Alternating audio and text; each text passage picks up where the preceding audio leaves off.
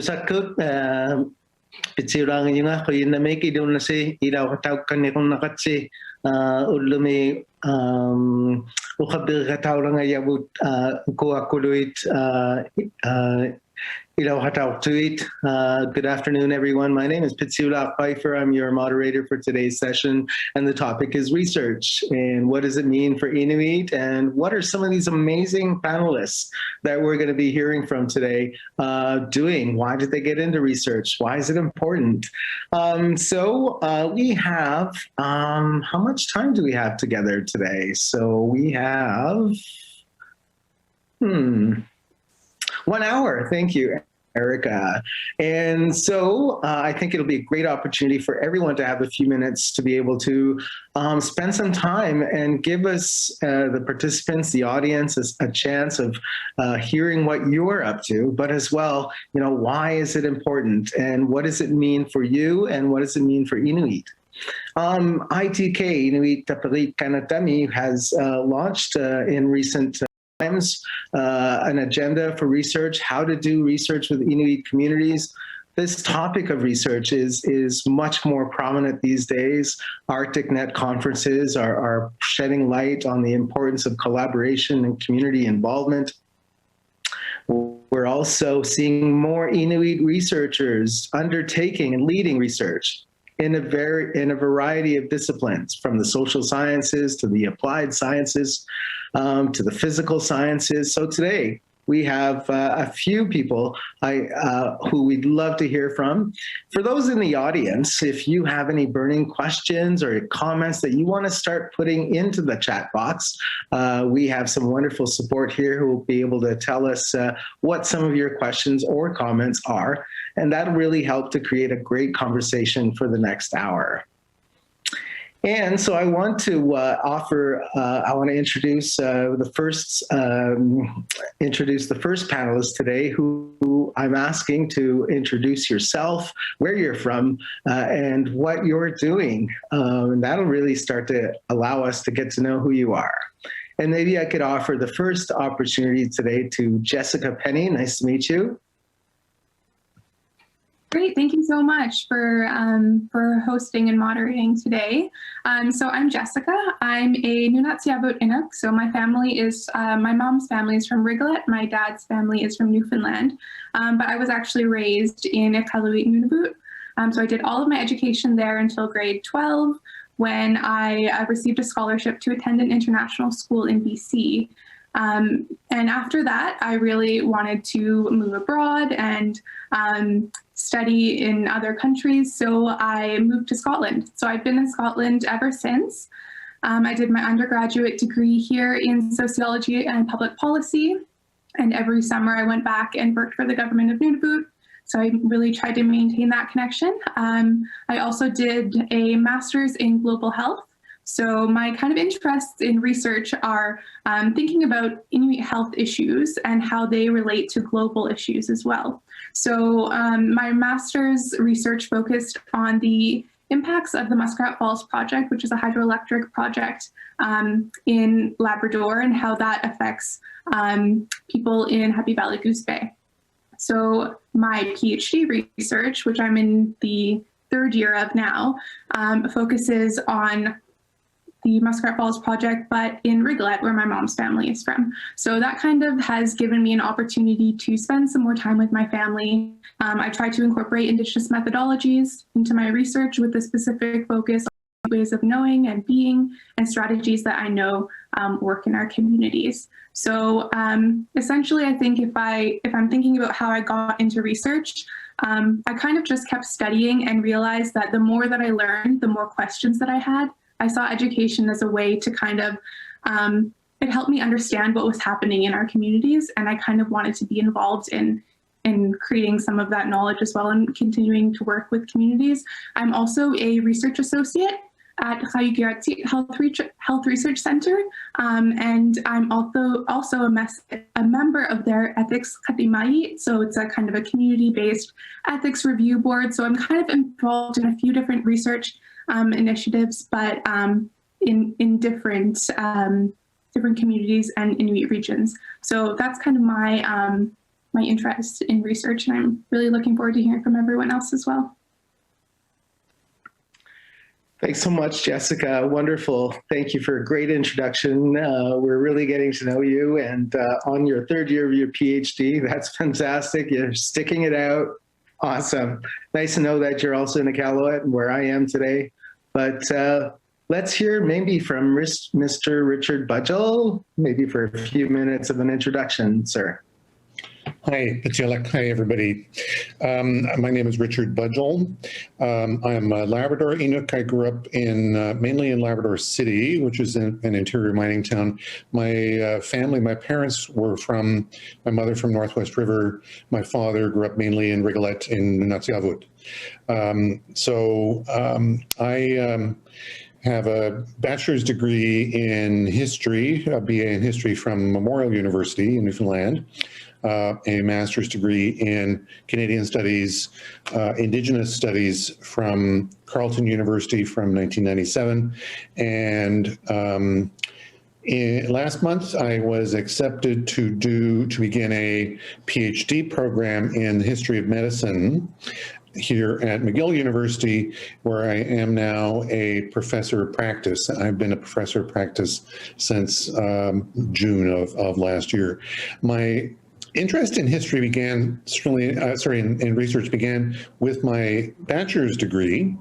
I guess my interest was in correcting the historical record. So I learned while doing my bachelor's degree how to do archival and library research.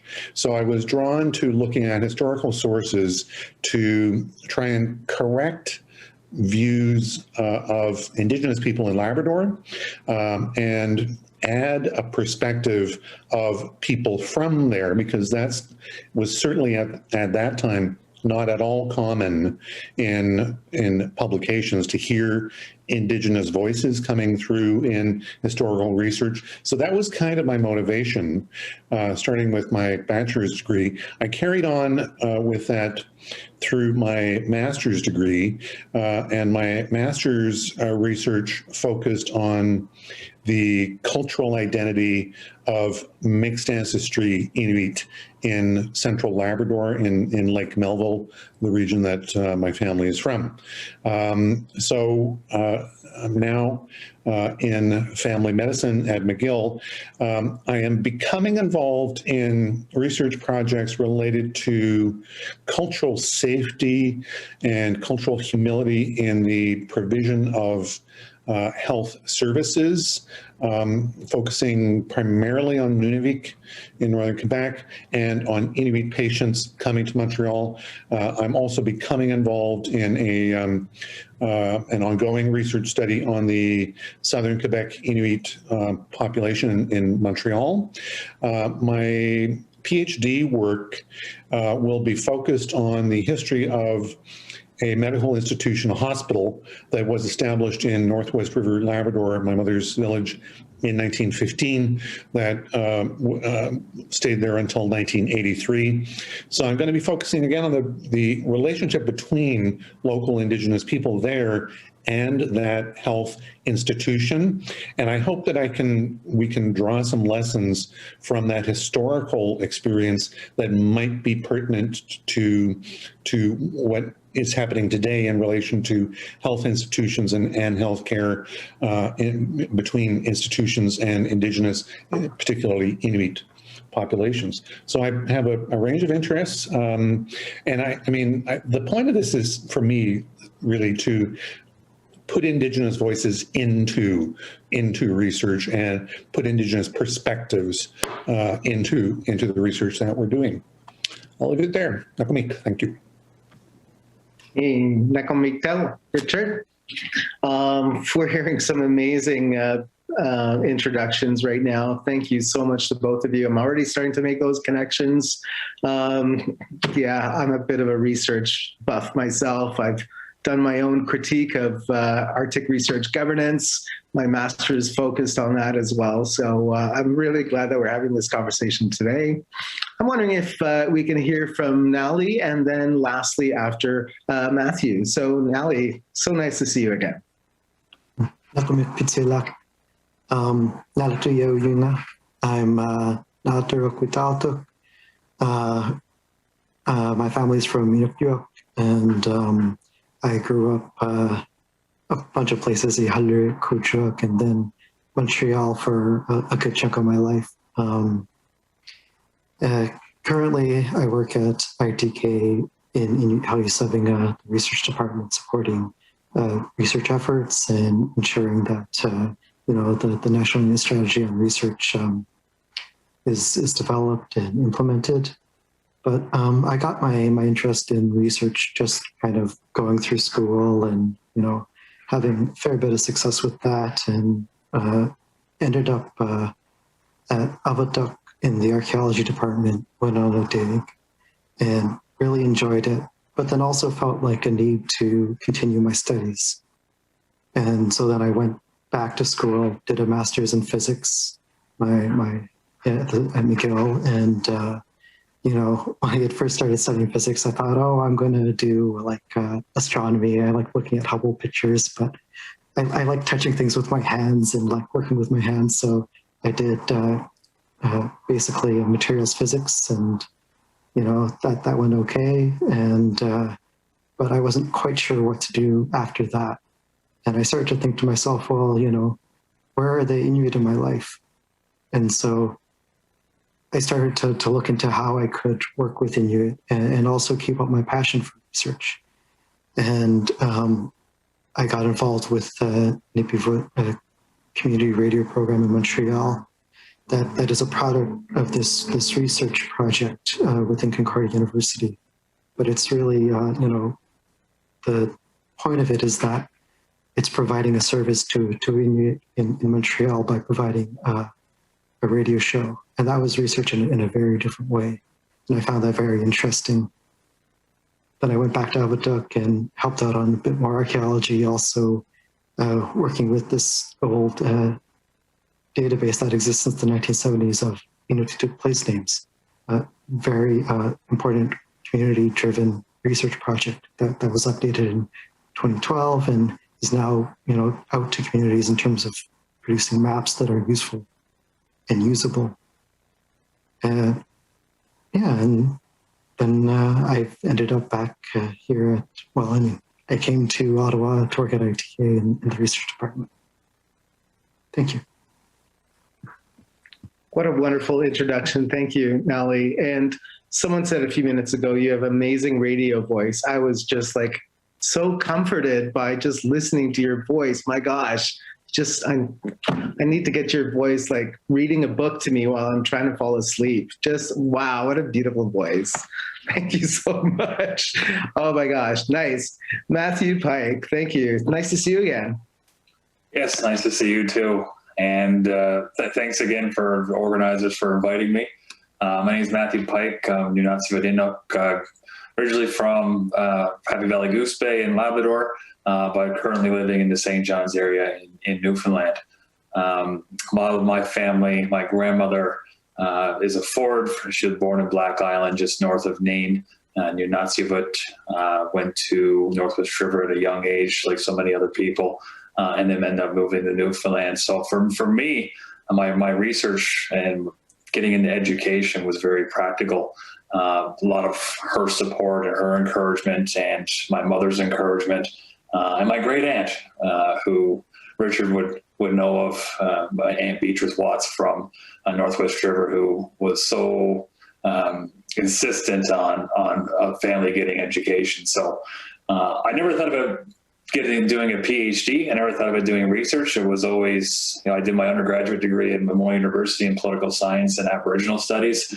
And then I did my Master of Jurisprudence and Energy Law from the University of Tulsa in Oklahoma. And during when I did my master's, I was working at Muskrat Falls project as part of the developers of the project. And at this time, in 2015, 2016, we started seeing these reports from Harvard University about the downstream impacts of the project and what they would be doing compared to what the company said they would be doing. And it really it really changed my life trajectory. And in October 2016, the work site was basically shut down. I remember driving to work in October of 2016 and having to drive past hundreds of my friends, neighbors who were protesting at the main gate and talking about and protesting the downstream impacts. And we can't flood this. We can't have this happen. We can't have methyl mercury poisoning fish and then poisoning people, particularly in Rigolet, who rely on it. So I went into my office that day and packed up my office and left. I quit my management job and left and figured there has to be a better way to do this. Long story short, I ended up moving to Norway for 5 months with the Indigenous Peoples Secretariat at the Arctic Council and learning and working with organizations such as ICC and other Indigenous organizations that represent the Arctic on an international level. And during that time, it got pitched to me that I should do my PhD in research and focus on resource development and how to do it properly. So I started my PhD in 2017 through the University of Guelph in the Department of Population Medicine, and been focusing on community health and well-being impacts in Inuit Nunavut near resource development. So focusing on mining, oil and gas, and hydroelectric. And so that was my broader research, but then I narrowed in on my current research project I'm working on now is the mining impacts on Nunatsiavut communities because of Voisey's Bay, which is an interesting thing because I work for the company. I work for Vale as their Indigenous Relations Manager. So I work for the company developing the project. So that was it's an interesting positionality that I could dig into the ethics and all that stuff after and how to navigate that. But my research is in partnership with the Nunatsiavut government because the mine's going to end, projected to end in 2034. We employ over 5% of the total Nunatsiavut population, and that's every man, woman, and child, every Nunatsiavut beneficiary. So on a per capita perspective, that's like waking up tomorrow and 730,000 jobs in Ontario. So you see the impact on that, all dependent on one mine. I want to talk to Inuit employees and their families to understand what their plans are, what were they going to do if this mine closes down and when it closes down in 2034.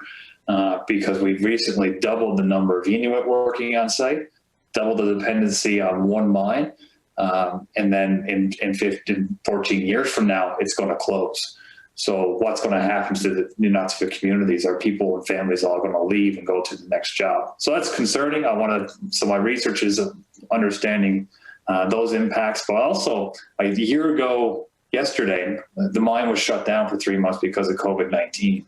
So we had this unique opportunity to get a glimpse of a 3-month shutdown and how that impacted families. And so we can look and extrapolate that long term. So it's really, in a nutshell, my research is how can we do resource development, right? Nunavut and Nunavik and Nunavut as well. They also have major resource developments. Nunavut, especially with the gold mines, it's a significant amount of employment and royalties and benefits and all those things. But there's also a significant amount of health impacts that come with it. So, I want to research the best way that we can conduct resource development, but told through the lens of Inuit, which is very important. And hopefully when the research is done, the policymakers at the government level and decision makers within industry, in particular the company I work for, can see this research and start to plan for what happens post mine closures. So in a nutshell, that's what I'm studying, and be happy to dig into any other questions that anyone has. Oh my gosh, this is now it's starting to get really exciting for me anyway. One of the guiding topics for today is about ethical considerations that we make as Inuit doing research. The reason I want to focus on that for a minute, I think going with the flow of the conversation, we're this question of finding balance around resource development, that whole tension between resource development, the need for jobs, as well as the need to protect protect our culture, protect our lands and mammals. So the environmental considerations. So these two are intersecting at this time but we're seeing more Inuit really being concerned about that.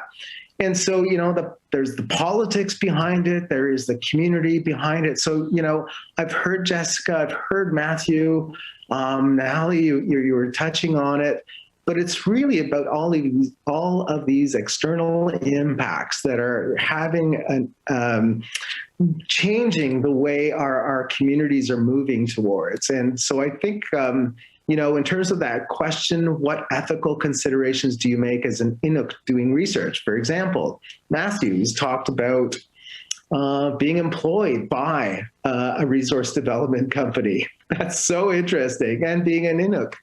And then you have Jessica, not to kind of, but you're on, I'm not saying there's sides, and maybe there is sides, but is it worth talking about this? Because an Inuk interested in doing research.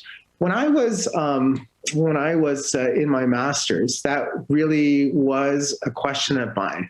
Being a Western trained researcher, going into my community, how am I going to approach it? Because Inuit have said, we've been researched to death, and we know about the difficult history of research. Going back to our blood being stolen, going back to our tissues being taken, no permissions, and so we've been rightfully critical of the history of research when it comes to our communities. But now we're starting to shift and take control of the agenda. And so I'm hoping that I think all of us that are on this panel today, including Richard and Natalie, if I can maybe we can tease out, not necessarily situate ourselves in the resource development tensions, but your role as an Inuk doing research. If you can find some sort of parallel example vis-a-vis resource development, I think it's worthwhile having a conversation. I hope you do too. And so in that regard, once again, what ethical considerations do you make as an Inuk doing research? So I'd like to bring it back to Jessica. Sure, yeah, that's something I think about a lot. I'm currently writing a little bit about that for my PhD thesis. I'm thinking about my methodology and what the research means to me and my place in it. I think the tensions that you talk about are so present, and they're real. I sometimes feel very resentful towards the research industry and towards academia, even though I'm in it. So that is a challenging place to be.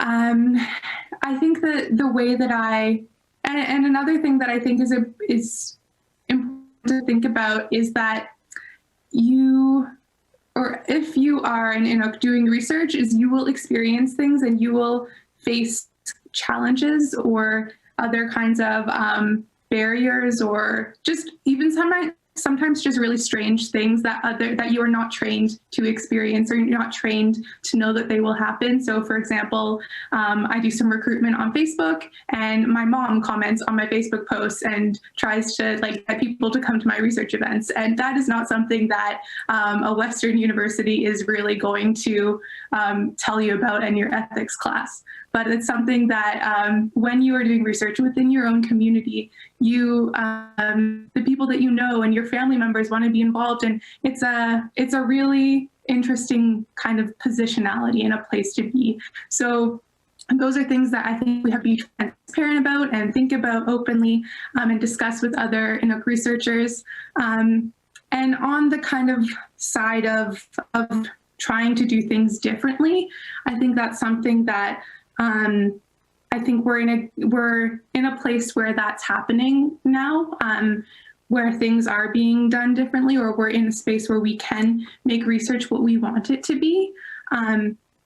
it's challenging at times, but it's possible. So for me, for example, sometimes when I went to, even though my family is from Nunatsiavut and I have a lot of family there, I still wanted to do a long consultation process and talk to people and make sure that the research actually was welcome.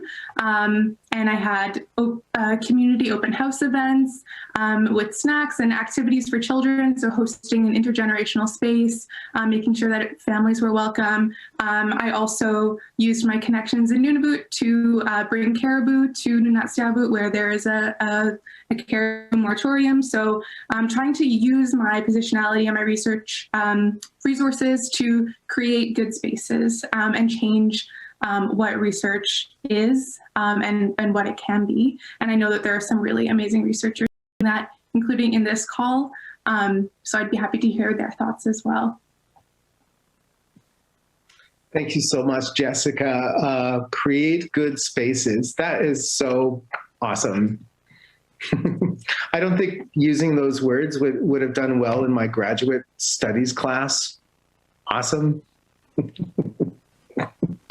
I'm going to ask if I can ask Nally and then Richard for this round to, and then we have obviously Matthew, just to kind of bring it full circle. Nally, if I could ask you. Oh yeah, thank you. You know, I think an important consideration, like for research to be really ethical, is that, you know, we have the right to say no to the research project. You know, like if we don't see any benefit to the community, like there's no capacity development, we're not interested in the results. If it's not aligned with, you know, things we want to learn, then we need to have the right to say no. That's an important aspect of you know, the ethics of research, you know, and that goes for all research within our lands, within Inuit Nunana. Anything like even if you're measuring like salinity in the water, you know, that's a research on Inuit still, and you know, really finding out where community priorities lie, and then returning the results in the end. Those are very important aspects of doing research ethically. Thank you. That connection between results-based or research should be for a purpose, for a good outcome. And I think I heard some of that from Matthew earlier about policy consideration. So it's got to mean something. It can't just sit on a shelf. And I think that's the impetus of perhaps many Inuit researchers that is their primary ongoing effort. So thank you so much for that reminder. Richard. Yep. I'm very conscious about this positionality that we're talking about in a couple of different ways. So on the research that's happening potentially out of family medicine on cultural safety, particular reference to Nunavik and patients there in the healthcare system there, McGill University is, you know, very deeply entrenched in, very closely associated with the provision of healthcare to people from Nunavik because of the McGill University Health Center here in Montreal that hundreds of patients from Nunavik go through every year. So, you know, we have a stake in this. A starting principle in terms of doing that kind of community-based research is that it will only happen, and this is an absolute hard condition, it will only happen, we will only embark on this with the collaboration and participation of community partners. And, you know, the research project will not go ahead otherwise. And I'm glad that that is now seen as an absolute requirement that there be that kind of community collaboration and involvement and consent. So that's a condition on that kind of thing. I am beginning to think about this in relation to my own doctoral program, because I will be doing research on, you know, one of my communities of origin, my mother's home community, Northwest River, It's historical research. The hospital institution closed there in 1983, but of course there are many, many, many people alive that, had personal associations with that institution. So I don't have a plan yet on how I will approach this. We'll have to develop an ethical plan in terms of doing community-based research. And of course, I would fully expect that I will get reactions from, close family members of mine in that community, which I have many in that community, to say, we don't like what you're doing here, or we don't want you to do it that way, or that was good. Maybe if I'm lucky, people will say that's a good kind of approach and a good discussion. But you do, like Jessica was saying, you do have to prepare yourself for that kind of reaction, doing research in a place that, you have these close personal ties. But I think that's part of the joy of it as well. And I mean, especially if you can produce something that members of your family and your community might, in fact, take some pride in and feel that that's a useful product for them. I think that's what many of us think about, that we want to produce something that is useful for the people that we're from. Thank you. Thank you, Richard. I mean, just on that, your whole, where you're situated in Montreal, I can't not acknowledge, the terrible experience through the passing of Joyce Echaquan. And if just remind ourselves, and those that don't know, it was this Indigenous woman in Joliet, Quebec, at a hospital, videotaping her videotaping the racism that was being, the violence that was being inflicted upon her as she was passing. So, your research is so important. And you said history can inform. So it's just doesn't seem to stop. We'll see how it goes. So my point being, it's there is a pursuit of social justice, and it's not necessarily always the case. Not every Inuk who wants to do research is doing it in the pursuit of social justice. But some Inuits like, I just want to study rocks. That's okay. But that's there's continuing conversation. So let's do that, Mr. Pike. Oh, thanks. And I'm just sitting here nodding my head, yes to every speaker. I'm just very proud of all my colleagues on this call. This is, I think, looking back, this is what my grandmother wanted to see is more Inuit doing research, and I think that's what all Inuit want to see is more Inuit doing research. And you look at the ethical considerations, is we all want to help.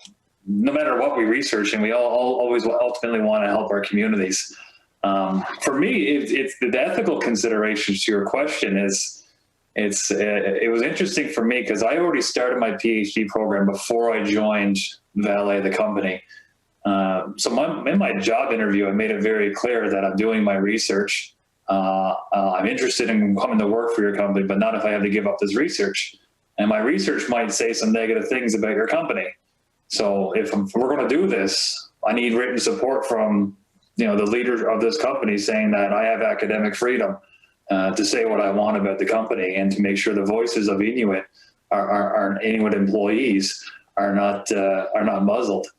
And to my surprise, they were fully on board. And it was really the leader that signed off on that. He's like, if you can find from what our employees are saying, ways that we can do business better, and ways we can operate better, and ways we can improve the lives of our employees and communities, we want to know it. That's a lot different than what we were 5 years ago in resource development. That's really a lot different than where we were 10, 15 years ago. And the research shows you that. So when you talk about social justice and social activism, I've done the protests, I've done all that, and that protest it's not something that happens overnight. it's a build-up. It's always a build-up. And for me, it always, when I protested in the past, it was always this: I wish the people, the decision makers, would listen to us. So for me, I took the approach that I'm going to be at the table. And in my company right now, we have 2 IBAs, one with the Nazi government, one with the Innu Nation. We have IBAs across the country, and we want to embed those into all our decision making. So ownership for the whole type of thing. And really, what Inuit are going to tell me, how the impacts on communities and whatnot, but it's got to make sure that it actually gets to people, like you said. It doesn't sit on a shelf, that it actually gets to the boardrooms, it actually gets to the cabinet table as well, and the decision makers implement what Inuit are saying are impacts. So ethically, that's one step that I had to get through. And then you had to get through, for me, it was 3 different ethics reviews. But the most important thing was to get through the Nazi government's ethics review, because that was really no university or the province. If it didn't have the Nazi government's ethics approval, I was not proceeding with my research. So they knew that I was working for the company and doing this research. So I presented them with all the documentation, the letter of support for my company, and also it also met their priorities. So my research, I had an idea. I said, here's my broad idea. And they said, well, here's what we would like to see your research. So meeting their priorities. And then, of course, that can change throughout your research. COVID-19 hit a week after I got my ethics approval. They took the ethics approval back. So I had to go through the whole process again. And then it re-met their new priorities. How did COVID impact Inuit employees and families? So that's part of my research as well. So the ethics never ends. Everyone on this call is probably their harshest critic. They want to do things right. They want to do right by their own communities. And we're probably overthinking and being overly critical on ourselves, where somebody non-Inuit coming into communities, they just brush it off as they don't know the difference. A lot of us do, and that's the hard part when we do mess up. And I think we're trying to reach for perfection, and none of us are going to get there. So we're continuously thinking, is this the right way to go about it? Do I do a land acknowledgement on my own territory, in my own community? Well, how will that come off? If I don't do it, what's the thoughts of it? It's all those things. It's always a debate and having. And I will just say, I was researching this morning I'm finishing off one paper, and I wanted to find, a document on research and COVID and whatnot. I actually came across Jessica's policy brief from a year ago that she did. So it's even people on this call, they're helping my research, and I think it's so cool when I get to cite other Inuit researchers in my research, and that just shows that we're building that capacity.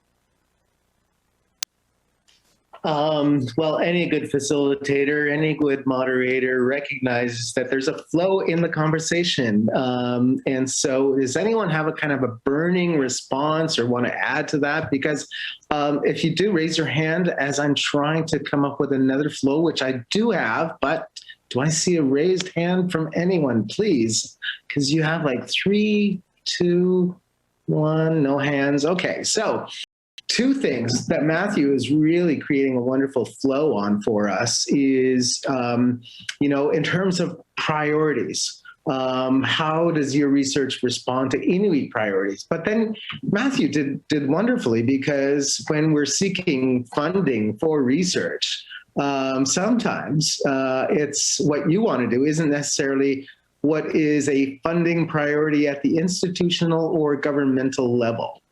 SSHRC, CIHR, NSHRC, they might have, it's like, no, that's not what we want to fund this year.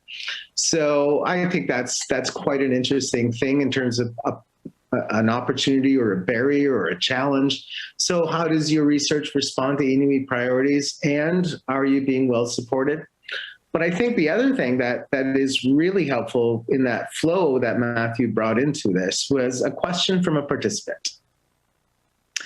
There are outside research organizations, both at the federal and territorial level, that are comprised of various non-Inuit organizations and universities. Is there an Inuit Research Association that is made up of just Inuit?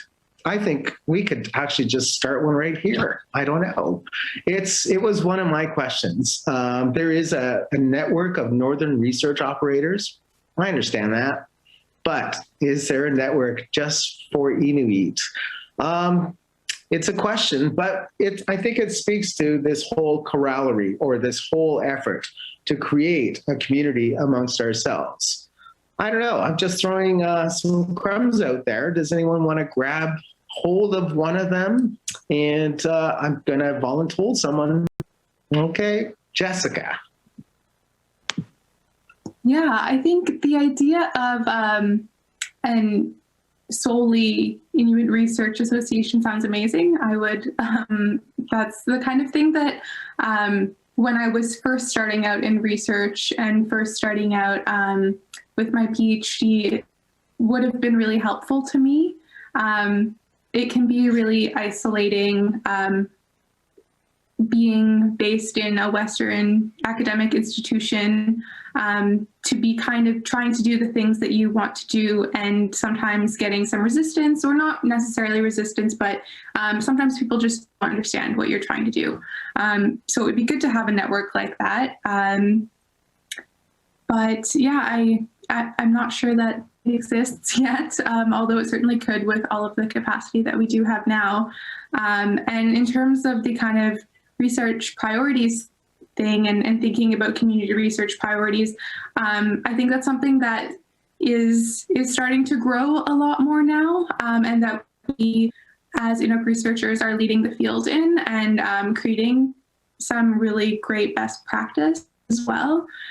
So for example, as I was saying before, I traveled to Labrador before I finalized my PhD project. So I had a broad idea of what I was interested in, which was the Muskrat Falls project, but I hadn't chosen a community. I hadn't set my research questions or anything like that. So I traveled to Labrador, to Goose Bay and to Riglet and to Nain, and met with the Nunatsiavut government.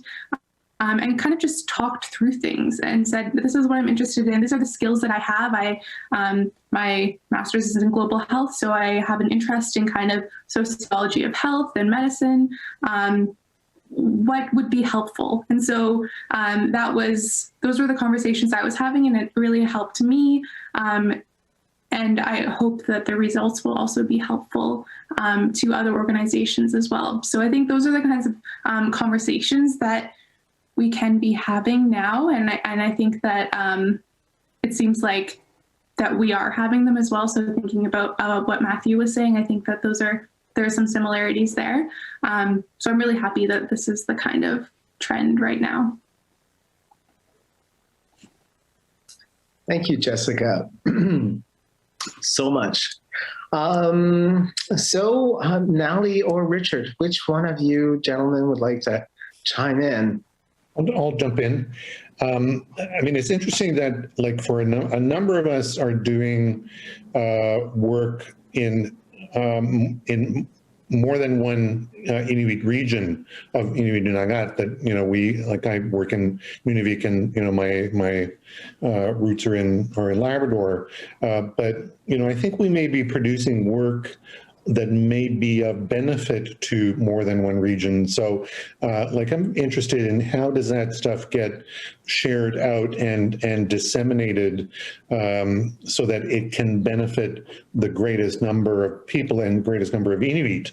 Because I think we have stuff to share, between regions that could be of benefit to all of us. So, anything that structurally helps that could be of use, and maybe ITK could be of some use in relation to that. What a great segue, because Nally is at ITK. Not that you have to speak for ITK, Nally, but I'm wearing my So shirt. this is, there you go, buddy. Again, no pressure to kind of comment for the organization, but we're all just part of a community, and so yeah, please, thanks. Yeah. I was thinking about how we determine community needs, and of course at ITK we work with the Inuit land claims organizations and the board and our committees to set our priorities, and that's very efficient in terms of addressing like policy needs and like directing research to meet policy needs and working that way. Then also I had the experience with Nipivu, where there was really in the Montreal community, there was a need for a way to connect Montreal Inuit, because it's a community that we had the Association of Montreal Inuit. It ceased to exist. Recently we've had the SQIA formed, so it's been stop and start with keeping the community really cohesive, and so that was one tool to try and ensure continuity in that. So really, there's no one approach to ensuring that the community needs are met through research. Well, thank you so much. I've waited for a long time to have a conversation like this with other Inuit. Seriously, it was such a lonely beginning for me as I was venturing into this whole question about, I want to do some research. I was tired of reading citable material that was about Inuit that weren't created by Inuit. It was so frustrating. So, Matthew Pike, you sent us a note for all of us. A big part of me, actually, you know what? I'm not going to read it. Please. Yeah, no, I said that a big part of me even signing up for this event was to meet other Inuit researchers. I saw the tweet from ITK, and this seems to be a good thing to sign up for, because it's usually me. I knew of Jessica doing some research, but I didn't know that there's this network out there. And then I was hoping through some more conferencing and events over the past year or so that I would be able to meet more. But of course, COVID just kind of shut everything down. So this event for me was kind of like, who else is doing research? Who else is can answer these questions for me? And a lot of them it's questions. For me, I never lived in Nunatsiavut land claim region. I grew up in Happy Valley Goose Bay and Northwest River, but I want to focus on the region because it's a land claim region now, and it seems to be a region that focuses heavily on resource development for employment. But I'm not from there. I know a lot of people there. I have family there, but I'm not from there. So it was almost, I wanted to reach out and have a conversation with other Inuit researchers. Does anyone else find themselves in this situation where, for many reasons, never grew up in Inuit Nunangat, but want to do research there? You have deep roots there. So a lot of that type of stuff that I was really hoping to have conversations with people on, but never. And to be honest, it's tough to reach out, and you make yourself vulnerable and reach out and have those conversations. But when I saw this event, I was like, yes, okay, let's go here. And then there's a topic on research. All right, well, that's what I'm doing. I think I'm doing okay with it, but let's meet with other Inuit and see how they're making out. Jessica, please. Yeah, I was thinking about this as everyone was speaking, and there was also a comment in the chat about having more lateral collaboration, and I think that this is something that that we really need to do, because we've all, for better or for worse, chosen the kind of academic university route right now. And there's lots of problems with that, as I think we all know, but that's where we are right now. And one of the ways that people make change in this industry that we're in is that they collaborate, they write papers together, they advocate. And right now, because we're not all connected, we're not really sure who is where, it makes it more challenging to do that. So if we are able to connect and collaborate, then we can be even more impactful, because I know that we're all, it seems people are doing amazing things, but we also kind of need to leverage that community to try to make even more change for the way research is governed and performed and the way that it's enacted in your communities. So I think that there's a lot of opportunity here for everyone who's in the room and all of the other researchers as well, because there's a really vibrant, growing field of all of us. Thank you so much for adding to the conversation. I don't want to escape Matthew's point about one of his keen interests for entering into this conversation as a community of practice is Matthew's legitimate, and it's many Inuit going through this, is in terms of, I didn't grow up there, right? It really perhaps slows down that creative process, that energy, that passion, that desire to help. And so we have to get through that. And so you're absolutely right, Matthew, in terms of that space that we need to have these conversations. And obviously, we're not going to be able to delve into it too much, but I think it's so important that at another point, another juncture, that hopefully ITK will help facilitate this conversation to happen, because if we don't do that, we're almost suffering from possibilities of imposter syndrome.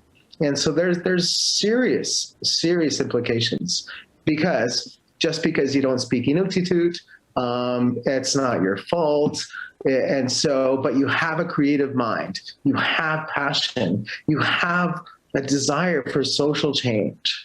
And so, we have to come to our own personal reconciliation about that. But we need to have a conversation as a community. And, so that's kind of, I'll get off my soapbox, but I thought it was important to wrap it up in that way. Now, we've got about 6 minutes, and I think it's important. That we speak to the audience. Maybe there are some participants here today who are thinking about, wow, why did I sign up for this session? Maybe I want to become a researcher. Maybe I'm in first year university. And I have some questions. I want to explore them. How do I do that? Let's spend the last few minutes doing one more round and speak to that emerging or Inuk that's out there, that's wants to maybe do it. So let's do a round. Richard, I'll give you a few seconds, and then we can start the final round. I may not be answering directly, Pitsiolik, but maybe answering indirectly. Something I wanted to say to my younger colleagues here. I am apparently the only Inuk faculty member at McGill, which is a large university, 37,000 students, right? And that gives me no great pleasure. I would rather be surrounded by a crowd of Inuit faculty members, but I'm not. Part of the point of these academic careers is to get to that point where people become faculty members that then put Inuit and other students in a position of having an Inuk prof. Imagine how different that might feel for many people. I have never had that privilege. I've never had that privilege. I've barely ever had any kind of Indigenous prof in my academic career. And that's part of where we want to get to foster the development of researchers and academics, who may choose to and be able to become faculty by building this kind of community within and outside academe. It's not everything academe, but it's a place where we want to be present, and we need to be present to have our knowledge acknowledged and transmitted. I'll leave it there, and thank you to everybody. It's been really fun. It is so much fun. Thank you, Richard. I think in terms of voices, I would love Nally to chime in. And please consider it your last remarks. It's 3:26. Yeah, I think, an important message is that you don't have to be situated within an academic institution to be doing research.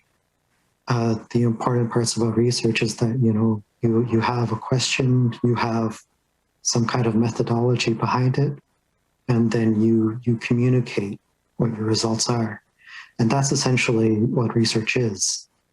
And like, as long as you can find a way to do that, you will be engaging in research.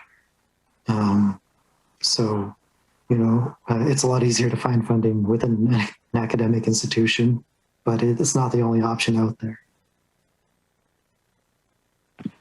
Wonderful words. Thank you, Nally. Thank you for your participation today. And I would like to go to Matthew and then give Jessica the last word, if I could. Yeah, no, for everyone out there wondering if they should do research, I always go back to when I didn't do so well in high school. And I barely scraped by, but not quite the stellar marks that Memorial University was looking for an entry-level student. And I wasn't going to go to university. And my mother quite eloquently told me, he said, no matter what you do, at the time I was going to go do air traffic control and, make a pile of money and all that stuff. And she said, go do your education. And if you still want to do air traffic control after, you can, but nobody can take away your education. And that lit a fire under me that I always think of. No matter what happens to me, I will always have my undergraduate degree, my master's degree, and hopefully now my PhD in 1 to 8 years. So it's worth it. Someone mentioned funding. There's a lot of funding out there, usually tied to institutions, which is a lot of paperwork and whatnot to get through, but it's worth it. And to Richard's point, you'll find yourself in situations where you are the only. Myself in both academia and in my career, I always find myself as the only Inuit, the only Indigenous voice around the table. But find yourself in a position where you put yourself in a professor or in a leadership role in the corporate world. And then you have Inuits and other Indigenous people that are not in that situation, because being the only there's nothing luxurious about it, but there also is a sense of responsibility that you have there and an opportunity for others to look up to you. So stick through it. It's worth it. It's the best decision I ever made, is to do my PhD program. You all have been amazing. Thank you for today. We have Jessica with the last word. Great, thank you so much. When I think about my kind of research journey, I got involved in research to answer the questions that I saw my community asking. And that's in both in Nunavut and in Nunatsiavut, the things that I was seeing about on Facebook or talking about with my family. These are, we have our own questions and we can develop our own research to address them. And really, nowadays, research can be whatever you want it to be or whatever you, and you can incorporate community-focused methods and research questions and be creative and do research in a respectful way. So I think that right now, as Inuit, we have flexibility and we have autonomy in research that we may not have had in the past. So I think it's a really exciting time. So if you're thinking about research, just do it. And also, I'm always very happy to mentor people or people with their research journeys in any way that I can. So if anyone's thinking about it, please get in touch with me.